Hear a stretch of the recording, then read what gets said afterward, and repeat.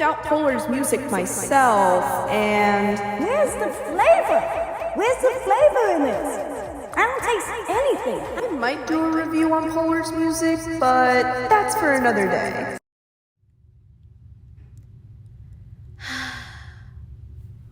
Well, here we go. Today's the day, y'all. Today's the day. No one asked for this review, but I decided to do it anyway. Cause why the not? Time for a Polar review, y'all. Let's get it.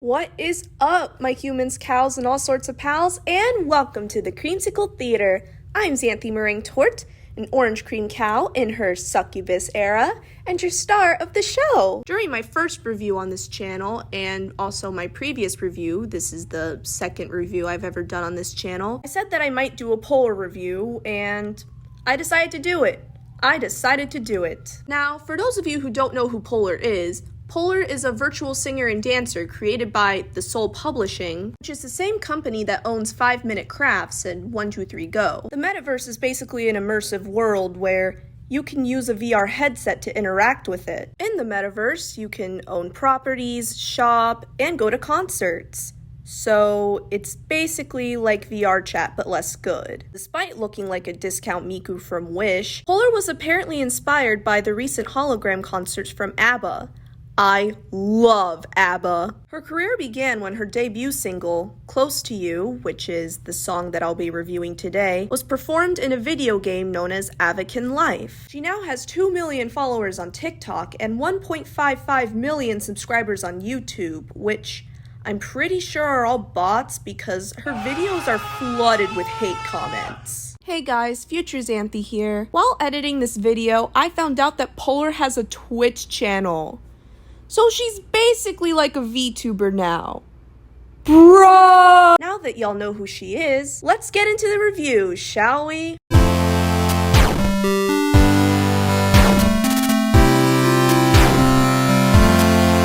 Just hearing Polar sing for a couple of seconds, I'm already not a fan of her vocals. It sounds too nasally for me, but that's just a personal thing. But at least I can hear what she's saying, unlike a certain other virtual singer.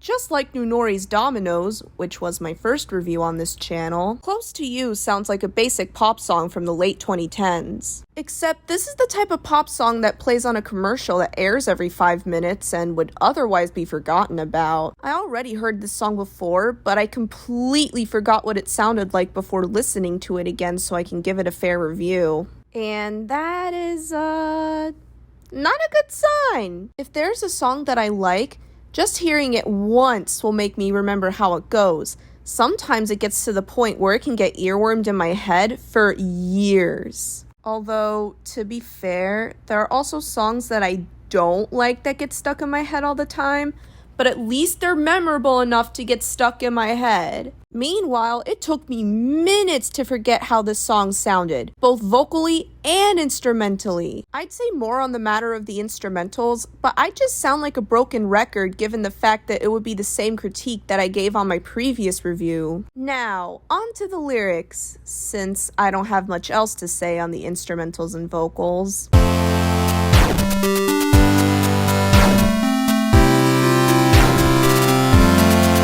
So for this song, I like the lyrics better than the instrumentals, but not by much. The lyrics are still kind of mid, but like, you'll see what I mean once I read them. Like a lot of other songs, this song starts out with the chorus. Close to you, I wanna be close to you, so I can feel your presence, rest my hand inside your hand. Close to you, so you can hear my heart. But why is it so hard when our worlds just don't collide? These lyrics aren't bad. Unlike the chorus of Nunori's Dominoes, at least the lyrics in this chorus at least give you somewhat of a feel for what the song is about and what it's like. It gives you a good hook. Besides, I'm sure plenty of people can relate to these lyrics, including me since I'm in a long-distance relationship.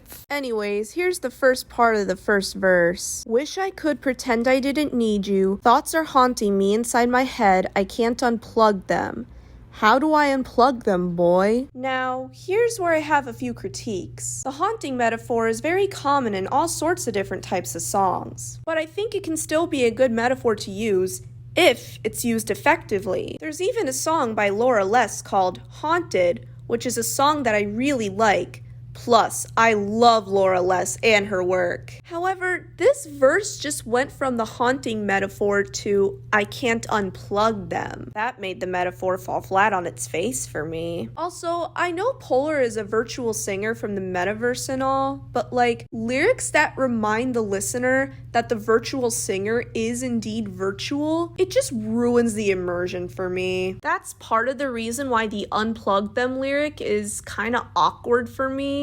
I feel like words such as erase or destroy could be used as better alternatives instead of unplug. It would get that same message across and they have the same amount of syllables, so it won't really ruin that kind of flow. Also, just the way this verse flowed was just kind of weird for me. It flowed like this. Wish I could pretend I didn't need you. Thoughts are haunting me inside my head. I can't unplug them. How do I unplug them, boy? That type of flow is just kind of awkward for me, but hey, that's just my opinion. I feel like if they either picked different lyrics or found a better way to make the lyrics flow, then maybe the verse would have been better. That and if they didn't have the unplug them lyric. Both of these things that I just mentioned would have made this song like already a lot better. Here's the next part of the verse. Lightning strikes when I see you so happy. Maybe I was born to be so lonely for so long. Can someone tell me what is wrong? All I can say for this part of the verse is that the lightning strikes metaphor is also kind of cliche as well. However, like I said earlier, cliche metaphors can work if they're used effectively. That goes for any metaphor, cliche or not. When it comes to both the haunted metaphor and the lightning strikes metaphor that are both used in this song, I feel like the way those metaphors are written to this song are not really used for any clear reason. They're just metaphors for the sake of writing metaphors. It's the artist's attempt of trying to add depth to a song, but it just doesn't work like that. Trying to sound deep in your lyrics just by adding metaphors that don't make sense, it doesn't make you deep. It just makes your songs seem ingenuine. Here's what I mean about using metaphors effectively. I'm going to use Gangsta's Paradise by Coolio as an example. The first lyric of that song goes like this. As I walk through the valley of the shadow of death, I take a look at my life and realize there's nothing left. In this case, the metaphor is the shadow of death, and it works because it's about going down a dark path in your life to the point where you can't turn back.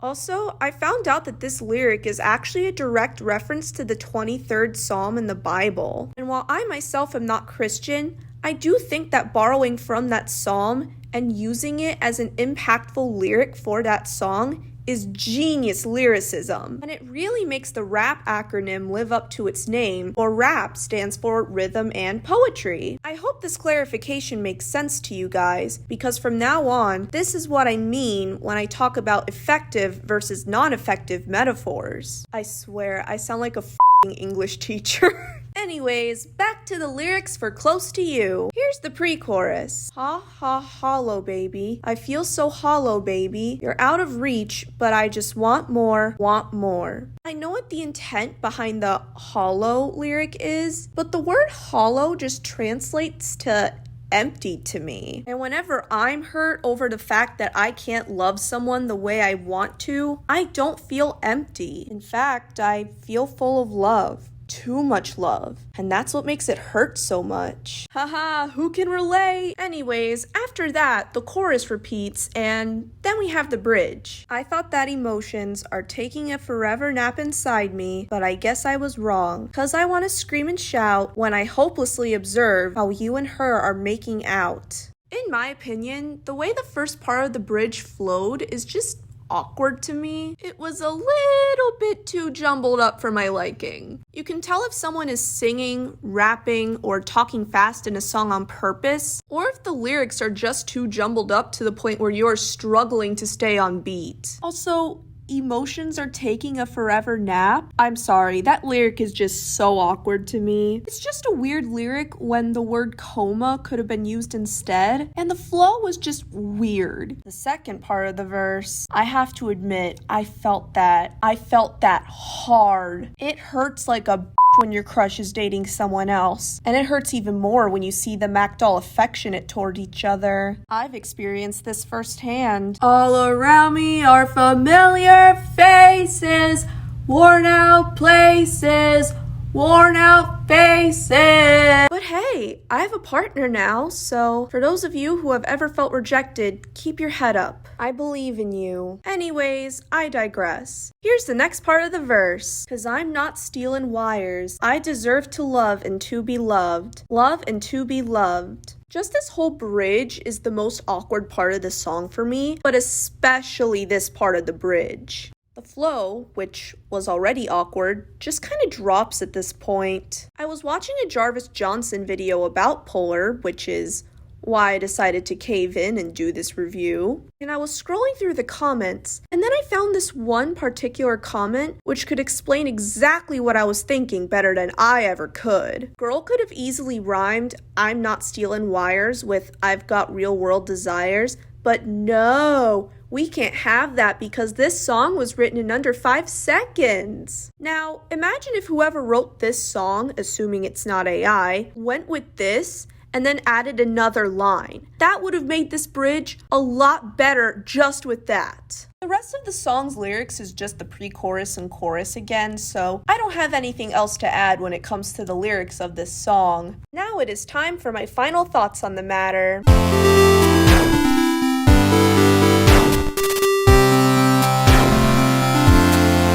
Yes, the people who made this song could be doing less, but they could be doing more too. Virtual performers are more niche than mainstream performers, at least in some parts of the world. So if the virtual performer is based on one of those parts in the world where virtual performers are more niche, it's gonna be harder for that virtual performer to break into the mainstream. That's why the lack of substance in Polar's music, design, and overall persona just isn't working for her. Despite the fact that the Soul Publishing claimed that they were inspired by ABBA when they created Polar, I know for sure that they were inspired by Miku. Just look at the two of them side by side. They have the same hair and everything. Now, there's nothing wrong with seeing something really cool and being like, wow, I want to do that too. Because let's be real, that's why I started VTubing. I saw Takanashi Kiara from Hololive do it, and that inspired me to start VTubing myself. And then meeting other small indie VTubers was actually what helped me get this show on the road. However, I didn't just rip Kiara off, nor did I take a blank slate and just do nothing with it. I mean, yeah, my theme color is orange, but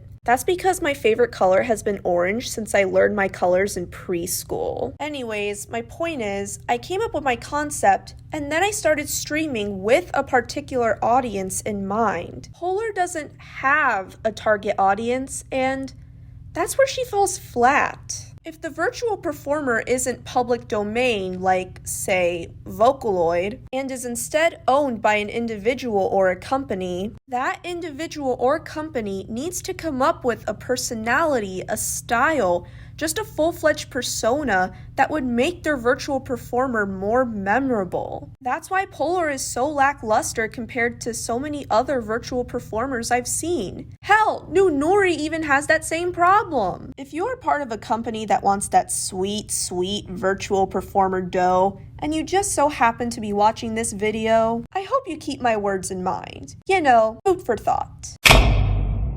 Close to you isn't bad, but it isn't good either. It's better than Dominoes by New Nori, but that's not setting the bar very high now, is it? The instrumentals are basic and forgettable, and the lyrics are mediocre at best. Especially because they're the same types of lyrics that you would hear in so many other modern-day pop songs. Also, the vocals are just too nasally for me. I mean, they sound fine, they're just too nasally for my personal taste. I'm not saying her voice is bad, it's just a little too nasally. The song is okay, but I wanted more than okay. That's why I am giving this song a C. Have you given this song a listen? What do you think? Do you like it? Do you hate it? Or do you feel more neutral? Would you say I gave it a fair score? Let me know in the comments below. Be sure to like, subscribe, and hit that notification bell for reviews just like this one. Also, be sure to follow my socials for live streams, updates, and other fun stuff. I'll see you all in the next video, but in the meantime, just remember, if you jump over the moon, you'll become your own star.